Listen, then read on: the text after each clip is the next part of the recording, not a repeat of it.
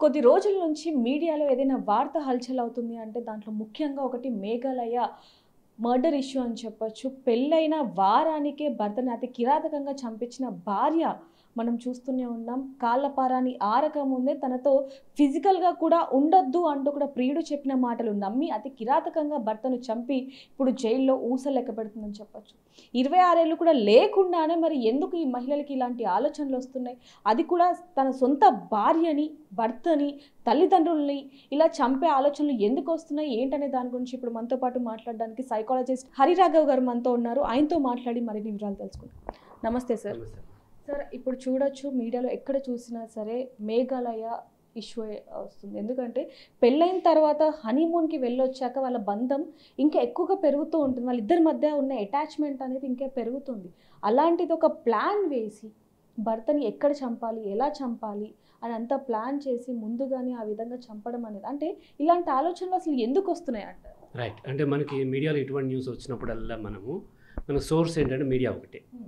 మీడియాకి సోర్స్ అంటే పోలీసు వాళ్ళు ఇచ్చినటువంటి నెరేషన్ కానీ లేకపోతే ఇంకెక్కడైనా వేరే వాళ్ళ బంధువులను అడగటాన్ని బట్టి ఉంటుంది. సో దాన్ని బేస్ చేసుకుని మనం విశ్లేషిస్తాం. పూర్తి వివరాలు మనకు తెలియవు. ఇప్పటిదాకా మనకు మీడియా ద్వారా తెలిసిన వివరాలని బట్టి మనకు అర్థమైంది ఏంటంటే ఆ అమ్మాయి తన ప్రియుడితో కలిసి ఆ అబ్బాయిని అక్కడికి ప్లాన్ ప్రకారం తీసుకెళ్ళి అక్కడ హత్య చేసినట్టుగా తెలుస్తుంది. ఇలా ఎందుకు జరుగుతాయంటే అనేక కారణాలు ఉంటాయి.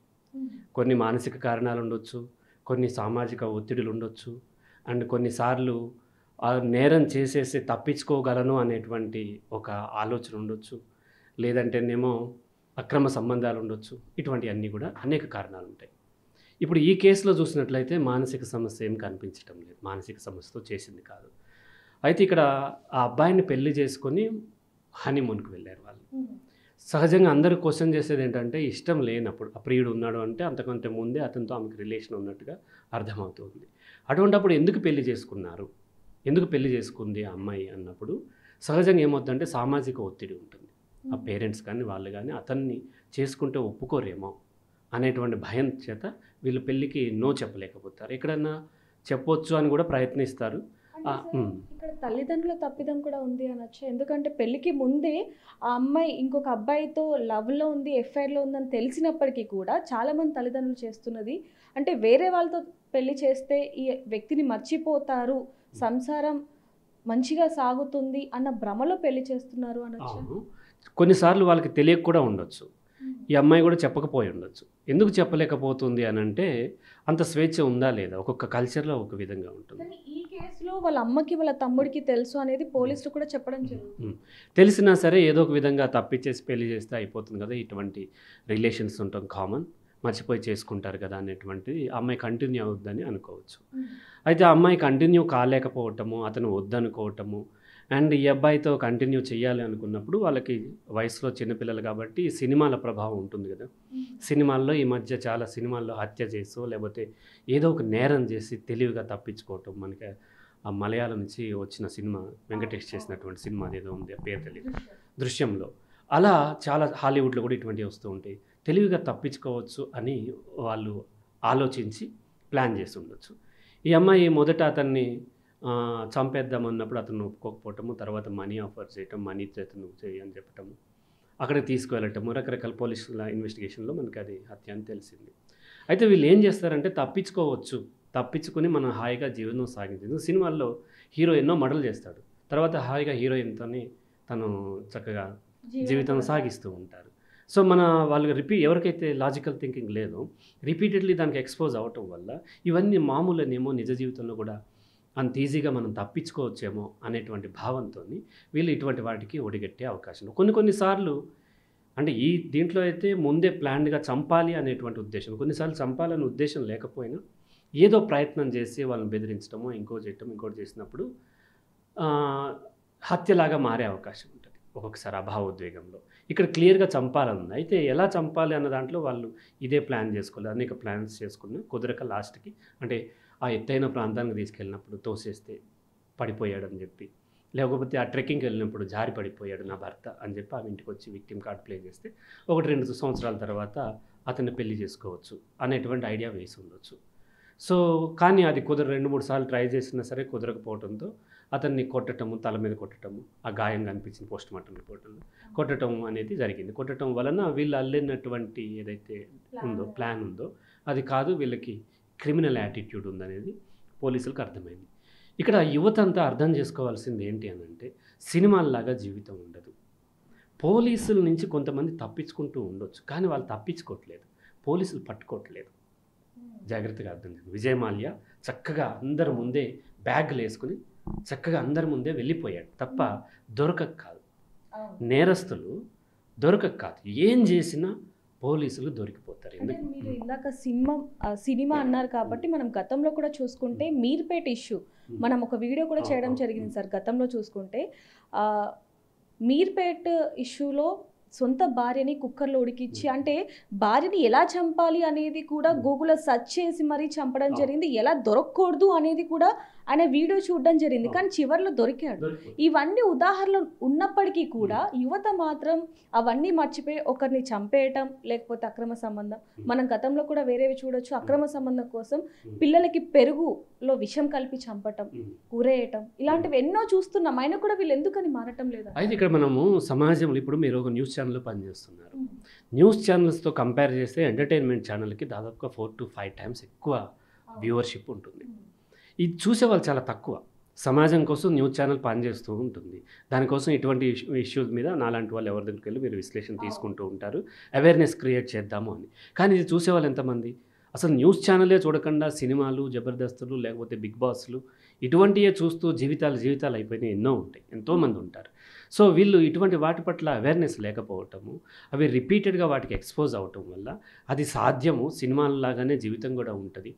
ఇప్పుడు ఏం చేస్తారు, కొరియన్ డ్రామా చూసి అటువంటి భర్త కావాలని కోరుకుంటూ ఉంటారు. అది కొరియన్ డ్రామాలో CEO అయి ఉండి ఈ అమ్మాయిని ఎప్పుడు 24 hours కేర్ తీసుకుంటూ ఉంటాడు. అది నిజ జీవితం ఎట్లా సాధ్యపడుతుంది? అలా ఈ అమ్మాయితో 24 hours ఉంటే అతని బిజినెస్ మొత్తం దివాలా అవుతుంది కదా. కానీ అలా సాధ్యపడదు అనేది వీళ్ళకి అర్థం కావట్లేదు. ఎందుకు అర్థం కావట్లేదు? లాజిక్ కోల్పోతారు. రిపీటెడ్లీ ఎప్పుడైతే ఎంటర్టైన్మెంట్ ఛానల్స్ లేకపోతే సినిమాలకి వీళ్ళకి ఎక్స్పోజ్ అవుతారో, జీవితం ఇలాగే ఉంటుంది, ఇలా చేయొచ్చు మనం కూడా, అనేక మంది చేస్తారు అని ప్లాన్ చేసి ఆ క్రమంలో వాళ్ళ దగ్గర డబ్బు కూడా ఉంటుంది, రకరకాల కారణాలతో డబ్బు ఉంటుంది కాబట్టి ఇలా సుపారీ ఇచ్చో ఇంకొకరిని మాట్లాడేసి ట్రై చేసింది ఆ అమ్మాయి. కానీ తప్పించుకోలేక దొరికిపోయింది. అయితే మీర్పేట్ ఇష్యూలో మర్డర్ ఎట్లా చేయాలన్న దానికంటే తప్పించుకోవటం ఎట్లా అనేది స్టడీ చేసి అది దొరకకుండా ఉండటం కోసం కుక్కర్లో ఉడికిచ్చాడు. ఆమెను ఉడికించింది, ఆమె డెడ్ బాడీని ఉడికిచ్చాడు. కాకపోతే ఏంటంటే డెడ్ బాడీని కూడా ఆమెలాగా మనం భావిస్తాం కాబట్టి ఇంత ఘోరంగా ప్రవర్తించాడు అంటారు. యాక్చువల్గా హత్య అంతే, ఎలా చంపినా సరే హత్య. ఆ తర్వాత డెడ్ బాడీని జాగ్రత్తగా చూసినా డెడ్ బాడీకి తెలియదు, కుక్కర్లో ఉడికిచ్చినా డెడ్ బాడీకి తెలియదు. కానీ మనకి కుక్కర్లో ఉడికిచ్చింది చాలా దారుణమైన నేరంలాగా అనిపిస్తుంది. అన్ని హత్యలు ఒకటి. సార్ మనం చూడొచ్చు, ఇంట్లో ఉల్లిపాయలు కోసేటప్పుడు చిన్న చేయి తెగినా కొంతమంది ఆ బ్లడ్ని చూసి కళ్ళు తిరిగి పడిపోయిన సందర్భాలు ఉన్నాయి. లేకపోతే మనం బయట చూస్తూ ఉంటాం, ఒక చిన్న కుక్క పిల్లనో లేకపోతే బల్లియో ఎలక పిల్లనో చచ్చిపోతే అయ్యో అంటూ ఉంటాం. అలాంటి కాలం పోయి ఇప్పుడు మనుషులే చంపుకునే దాకా వచ్చింది అంటే ఇంకా సమాజంలో రేపటి రోజు ఇంకేం చూస్తామంటారు? ఈ అమ్మాయి కూడా అటువంటి చిన్న వాటికి చెల్లించిపోవచ్చు. చాలామంది మతోన్మాదులు, టెర్రరిస్టులు ఉంటారు కదా, వాళ్ళని ఇతర మతస్థులు నరికేయాలి, చంపేయాలని పగతోని చంపేస్తూ ఉంటారు. వాళ్ళ కిచెన్లో ఆ సింక్లో ఎలక పడితే దారుణంగా గెలగెల్లాడిపోతారు, దాన్ని తీసి జాగ్రత్తగా బయట దాన్ని చంపరు వాళ్ళు. అంటే ఒక దాంట్లో సున్నితంగా ఉన్నారు కాబట్టి అన్నిట్లో సున్నితంగా ఉన్నారని కాదు. ఎంపతి అంటే సహానుభూతి, పెయిన్ అవుద్ది అనేది చాలా చిన్న కుక్క పిల్లల మీద చాలా ప్రేమ ఉంటుంది, కానీ మనుషుల మీద ఉండదు. సో మీరు అన్నట్టుగా చిన్న ప్రాణుల మీద ఉన్న ఆ ప్రేమ అనేది మనుషుల మీద ఎందుకు ఉండట్లేదు? ప్రాణులకి మనలాగా మాట్లాడి మనతోని ప్రత్యేక ఇష్యూస్ ఏం లేవు కాబట్టి అది ఎలా ఉన్నా సరే వన్ సైడ్ లవ్ కాబట్టి మనం చక్కగా ప్రేమిస్తూ ఉంటాము. ఇక్కడ మనకి ఈ ఢిల్లీ లాంటి సిటీస్లో దీపావళి రోజున విపరీతంగా క్రాకర్స్ కాలుస్తుంటే ఢిల్లీలో బాగా పొల్యూషన్ ఉంటుంది. కొంతమంది పొల్యూషన్ ఉంటుంది వద్దంటారు, లేదు చేయాల్సిందే అంటారు. కానీ వాళ్ళు ఏం చేస్తారు, వాళ్ళ ఇంట్లో కుక్క పిల్లకి కంగారు పడిపోతుంది, దానికి ఇబ్బంది అవుతుందని క్రాకర్స్ ఆపేస్తారు. అంటే సాటి మనుషులకి ఇబ్బంది అవుతున్నప్పుడు ఆపరు, కానీ కుక్క పిల్లకి ఇబ్బంది అవుతుందంటే ఆపుతారు. ఇలా ఏమవుతుందంటే జంతువులను ప్రేమిస్తే ఎక్కువ ప్రేమ ఉన్నట్టుగా మన సమాజంలో కూడా కొంత ఉంది కాబట్టి జంతువులను కూడా ప్రేమించగలుగుతారు. సాటి మనిషి పట్ల ద్వేషం ఏర్పడుతుంది. ఎందుకంటే సాటి మనిషిలో అతనికి ఒక ఐడెంటిటీ ఉంది, కులమో మతమో లేకపోతే ఇంకోటో ఉంది, వాళ్ళతో ఇష్యూస్ ఉంటాయి. కాబట్టి వాళ్ళ ఐడియాలజీ పట్ల ఉన్నటువంటి వ్యతిరేకతని వాళ్ళని కూడా వ్యతిరేకించే అవకాశం ఉంది. కాబట్టి ఈ అమ్మాయి కూడా అతన్ని చంపించింది కాబట్టి ఇంకా వేరే విషయంలో సున్నితంగా ఉంటుందంటే ఉంటుంది, వేరే వాటిల్లో చాలా ఇది అవుతూ కూడా ఉండొచ్చు.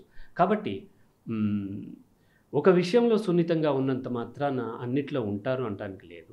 ఇక్కడ మనం ఈ ఇష్యూలో చూసినట్లయితే మెయిన్ పేరెంట్స్ ఆ అమ్మాయికి ఇష్టమా లేదా, తనకి ఇష్టం లేకపోతే చెప్పగలిగేటువంటి ఆ యొక్క స్వేచ్ఛ ఉందా లేదా, ఆ ఎన్వైర్న్మెంట్లో ఆ స్వేచ్ఛ వాళ్ళు ఇచ్చారా లేదా.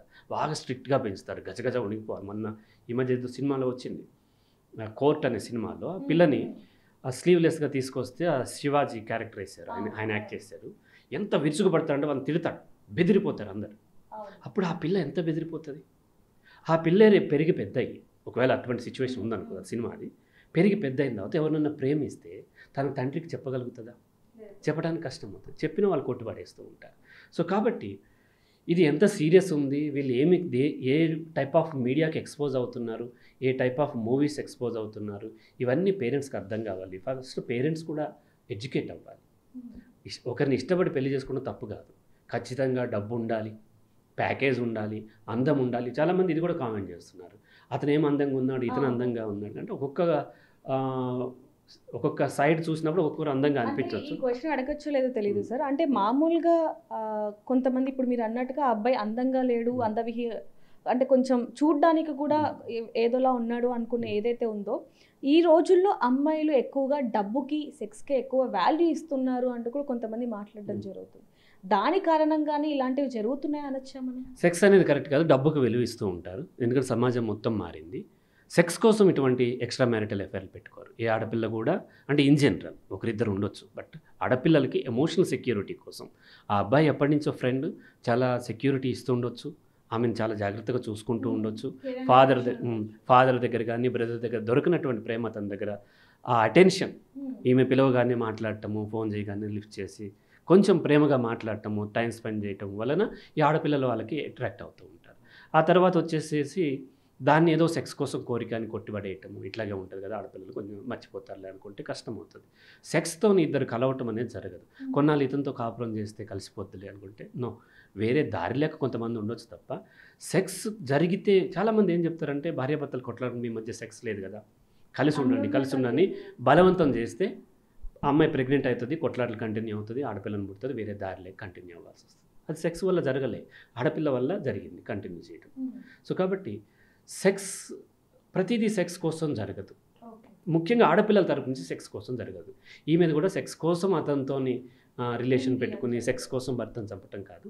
అతని దగ్గర ప్రేమ దొరికింది ఆమెకు, అతను మంచోడా చెడ్డోడా పక్కన పెట్టండి, బట్ అతను ఈ అమ్మాయికి అయితే అటెన్షన్ ఇస్తున్నాడు కాబట్టి ఆ అమ్మాయి అతన్ని కోరుకొని ఇతన్ని ఎలాగైనా తప్పించుకోవాలనుకుంది. అతనికి కూడా ఇతనితో సెక్షువల్ రిలేషన్ పెట్టుకుంటే నేను తర్వాత కంటిన్యూ చేయలేనను ఏదో ఐడియాలజీ ఉంటుంది, దాంతో ఇతనితో సెక్షువల్ రిలేషనే పెట్టుకోవద్దంటే ఎలాగైనా తప్పించుకోవాలంటే చంపేయటం మంచి మార్గం అని తను అనుకుని ఉండొచ్చు, అందువల్ల జరిగి ఉండొచ్చు. అయితే ఇక్కడ హస్బెండ్ విషయానికి వస్తే ఎంత గుడ్డిగా నమ్మాడు భార్య అనేది ఇక్కడ అర్థమవుతుంది సార్. అంటే హనీమూన్కి వెళ్ళేటప్పుడు నగలు కూడా తీసుకొనిరా అని చెప్పి ఈ అమ్మాయి అన్నప్పుడు అసలు ఎందుకు తీసుకురామంటాం అనే క్వశ్చన్ వేసినా ఆ రోజు అంతగా ఈరోజు అతను ప్రాణాలతో ఉండేవాడు అనుకోవచ్చు.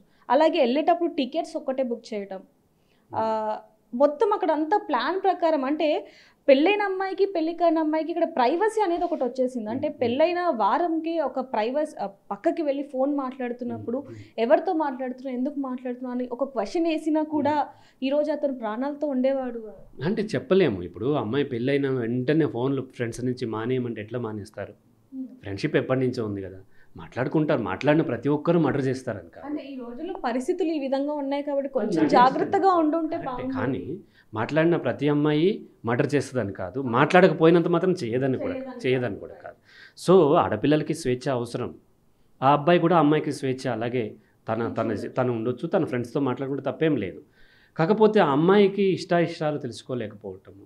అంటే ఈ అరేంజ్డ్ మ్యారేజ్లో ఏమవుతుందంటే అడిగినా సరే ఇష్టమే అని చెప్పేస్తారు, ఎందుకంటే పెద్దల కోసం భయపడిపోయి. ఎందుకు నేను అదే చెప్తాను, అమ్మాయిలైనా ఆడపిల్లలైనా మగపిల్లలైనా మీ యొక్క పార్ట్నర్ని మీరు చూజ్ చేసుకోలేకపోతే పెళ్లి చేసుకోవద్దు. అఫ్కోర్స్ పేరెంట్స్ హెల్ప్ తీసుకోండి, కానీ పేరెంట్స్ మాత్రమే చూసి మీకు ఇస్తారు అనుకుంటే, మంచి సంబంధం మీకు చూసి పెడతారు అక్కడ మంచిగా ఉంటుంది అనుకుంటే పొరపాటు. ఆ అబ్బాయి కూడా ఆమెతో మాట్లాడాలి, ఆమె యాటిట్యూడ్ అర్థం చేసుకోవాలి. అన్నిటికంటే ముఖ్యమైనది ఏంటి అని అంటే ప్రీ మ్యారిటల్ కౌన్సిలింగ్ అని ఉంటుంది. పెళ్లి చేసుకునే ముందు పెద్ద పెద్ద ప్రీ వెడ్డింగ్ షూట్స్ చేస్తారు.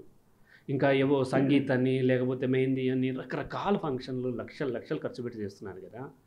ఒక 20,000 30,000 పెట్టి దగ్గర ఉన్నటువంటి ఒక మంచి సైకాలజిస్ట్ దగ్గరకో లేదా ఒక ఫ్యామిలీ కౌన్సిలర్స్ దగ్గరికి వెళ్ళి ప్రీ మ్యారిటల్ కౌన్సిలింగ్ తీసుకున్నట్లయితే వాళ్ళకి మొత్తం అర్థమవుతుంది. ఎలా ఉండాలి, ఏంటి, ఇష్టం ఉందా లేదా ఏంటి అని మొత్తం కూడా అర్థమవుతుంది. వాళ్ళు మాట్లాడుతుంటే వాళ్ళు చెప్పకపోయినా సైకాలజిస్ట్ కొన్ని అర్థమవుతాయి. దాంతో వివరిస్తాడు, ఇట్లా కాదు బాబు అని వివరిస్తాడు. అటువంటి తీసుకునే కల్చర్ మన ఇండియాలో లేదు. దానితోటి ఇంకా నేనేం చెప్తానంటే, అంటే ఈ కేసుకి సంబంధం లేకపోవచ్చు, పెళ్ళికి ముందు ఖచ్చితంగా స్వచ్ఛందంగా మీ రక్తాన్ని అవతల పార్టీకి టెస్ట్ చేసుకోమని ఇవ్వండి. ఆడపిల్లలది ఇవ్వండి, మగపిల్లలది ఇవ్వండి. కానీ అడిగితే ఏదో పాపం చేసినట్టుగా ఫీల్ అవుతారు. పోనీ అడగలేకపోతే కనీసం మీ రక్తాన్ని ఇచ్చి టెస్ట్, ఎందుకంటే ఇద్దరి మధ్య బయలాజికల్గా బాండ్ ఉంటుంది, సెక్స్ ఉంటుంది, పిల్లలు ఉంటారు. వీళ్ళ మధ్య ఏ విధమైనటువంటి జబ్బులు ఉన్నాయో తెలియదు. చాలాసార్లు హెచ్ఐవి ఉండి దాచి పెళ్లి చేసిన అనేక ఉంది. దాని ద్వారా ఆ అమ్మాయికి రావటం, అమ్మాయిని బ్లేమ్ చేసి మళ్ళీ డైవోర్స్ ఇచ్చి వెళ్ళిపోవటం, ఆ అమ్మాయి లాస్ట్కి హెచ్ఐవి ప్లస్ తను డైవోర్స్డ్గా ఉండిపోతుంది. కాబట్టి మనకు పెళ్లి విషయంలో చాలా కల్చర్ మారాల్సిన అవసరం ఉంది. రక్త పరీక్షలు చేసుకోవాలి, ప్రీ మ్యారిటల్ కౌన్సిలింగ్ చేసుకోవాలి, అలా కొంతకాలం మాట్లాడుకొని ఒక ఫ్రెండ్స్ లాగా కొంతకాలం వాళ్ళ యొక్క యాటిట్యూడ్ని, వాళ్ళ ఆలోచనలు షేర్ చేసుకున్నట్లయితే అప్పుడే అర్థమయ్యేది. ఆ అబ్బాయి కూడా నేనంటే ఇష్టం లేదు కాబట్టి అతను వాళ్ళిద్దరికి పెళ్లి చేస్తాను, వాళ్ళ పేరెంట్స్ కూడా ఒప్పించేవాడు, లేకపోతే తన దారి తాను చూసుకునేవాడు. ఇటువంటి కల్చర్ లేకపోవటం వల్ల పెళ్ళి అయిన తర్వాత పెళ్ళైన 6 నెలలకు సంవత్సరానికి ఇట్లాంటి మాటలు జరగటం అనేది జరుగుతుంది. ఈ ఇష్యూస్ అన్నీ కూడా ఇప్పుడున్న యువత మీద అయితే ఎక్కువ ప్రభావితం చూపిస్తుందని చెప్పొచ్చు. ఎందుకంటే ఇప్పుడు ఎవరి దగ్గరికి వెళ్ళి అడిగినా కూడా బాబాయ్ పెళ్ళి మేము చేసుకోము, ఎందుకంటే ఆ ఇష్యూ చూస్తున్నాం, ఈ ఇష్యూ చూస్తున్నాం అంటూ అంటే ఒక్కరు తప్పు చేస్తే అందరు అమ్మాయిల మీద కూడా ఎక్కువ ఎఫెక్ట్ పడిందని చెప్పొచ్చు. అంటే ఈ తరం యువతకి మీరేం చెప్తారు? ఈ తరం యువత విపరీతమైనటువంటి స్వేచ్ఛ పేరుతో విచ్చలవిడితనం కోరుకుంటుంది. స్వేచ్ఛకి విచ్చలవిడితనానికి తేడా ఉంది. మీరు ఇంకా మానసికంగా వీక్గానే ఉన్నారు ఆడపిల్లలు. మీరు ఆర్థిక స్వావలంబన వచ్చింది కానీ మానసిక స్వావలంబన రాలేదు. అంటే ఫైనాన్షియల్ ఇండిపెండెన్స్ వచ్చింది తప్ప సైకలాజికల్ ఇండిపెండెన్స్ రాలేదు. మీరు ఫైనాన్షియల్ ఇండిపెండెన్స్ లేకపోయినా పర్లేదు, సైకలాజికల్ ఇండిపెండెన్స్, మానసిక స్వావలంబన అంటే మీరు ఎవరి మీదో ఎమోషనల్లీ డిపెండ్ అవ్వకుండా మీ యొక్క మనస్థైర్యాన్ని పెంచుకోండి, ఆత్మస్థైర్యాన్ని పెంచుకున్నట్లయితే వీళ్ళు ధైర్యంగా ఏదో ఒక విధంగా కమ్యూనికేట్ చేయగలుగుతారు. ఇక్కడ ప్రాబ్లం ఏంటంటే కమ్యూనికేషన్ లేకపోవటం. కాబట్టి ముఖ్యంగా ఆడపిల్లలు, మగపిల్లలు ఎట్లాగో వాళ్ళు సెక్స్ కోసం ఆడపిల్లలను ట్రై చేస్తూ ఉంటారు, కొంతమంది వాళ్ళని తీసుకెళ్తూ ఉంటారు, మళ్ళీ మధ్యలో వదిలేస్తుంటారు, కొంతమంది పెళ్ళిళ్ళు కూడా చేసుకోవచ్చు, అది పక్కన పెడతాం. ముఖ్యంగా ఆడపిల్లలు మానసిక ఇండిపెండెన్స్ అంటే సైకలాజికల్ ఇండిపెండెన్స్ లేకుండా డబ్బు వచ్చేసరికి తల్లిదండ్రులను వదిలేసి వస్తారు, వచ్చేసి హాస్టల్లో ఉంటారు. ఉన్న తర్వాత ఎవరో తీయని కబుర్లు చెప్తున్నారు కదా అని చెప్పేసి వాళ్ళకి తొందరగా వాళ్ళకి అట్రాక్ట్ అయిపోతున్నారు. వాళ్ళు కొంతకాలం ఉన్న తర్వాత ఏదో ఒక వంక పెట్టి, నేను 2:35కి రమ్మంటే నువ్వు 30 సెకండ్స్కి వచ్చావు కదా, 30 సెకండ్స్ లేట్కి వచ్చావు కాబట్టి నాకు బ్రేకప్ అంటాడు. ఏం చేస్తాం మనం? చేసేది ఏముండదు కదా. బ్రేకప్ కూడా ఈజీగా చెప్పారు సార్. ఆ 30 సెకండ్స్లో నువ్వేం చేసావు, ఎవరితో మాట్లాడావు, బ్లేమ్ చేసేస్తూ ఉంటారు. ఇక్కడ అలా అన్నప్పుడు ఈమె వీక్ అయిపోయి కొన్నాళ్ళు బాధపడి కొంతమంది సూసైడ్ చేసుకోవటం, మళ్ళీ ఇంకొకరు ట్రై చేయటం, ఇట్లా చేస్తూ ఉంటారు. అలా కాకుండా మీరు కూడా ఆత్మస్థైర్యాన్ని పెంచుకున్నట్లయితే అలా డిపెండ్ అవ్వు. నేను ఒకటే చెప్తాను, ఈ భూమి మీద ఏ మేల్ అయినా ఇంక్లూడింగ్ మీ, నాతో సహా ఐ లవ్ యూ అని చెప్తే దానికంటే పెద్ద అబద్ధం ఉండదు. ఆ స్పీకర్ ఐ లవ్ యూ అని సౌండ్ వస్తే అది ఎంత రెస్పాన్సిబిలిటీ తీసుకుంటుందో అంతే మేల్ తీసుకుంటాడు. రైట్? ఫీమేల్ సెక్స్కు ఇస్తుంది అంటే సెక్స్ కోసం కాదు, తనకి సెక్యూరిటీ కోసం. ఈ తేడా ఉంటుంది, మేల్కి ఫీమేల్కి తేడా ఉంటుంది. అది ఫీమేల్కి అర్థం కావాలి. తనలాగా మేల్ ఉండడు. మేల్ ఎప్పుడూ కూడా ప్రైవసీ, సెక్స్ కోరుకుంటుంటాడు. ఫీమేల్ ఎంతసేపు అతను ఎక్కువసేపు టైం స్పెండ్ చేయాలని కోరుకుంటాడు.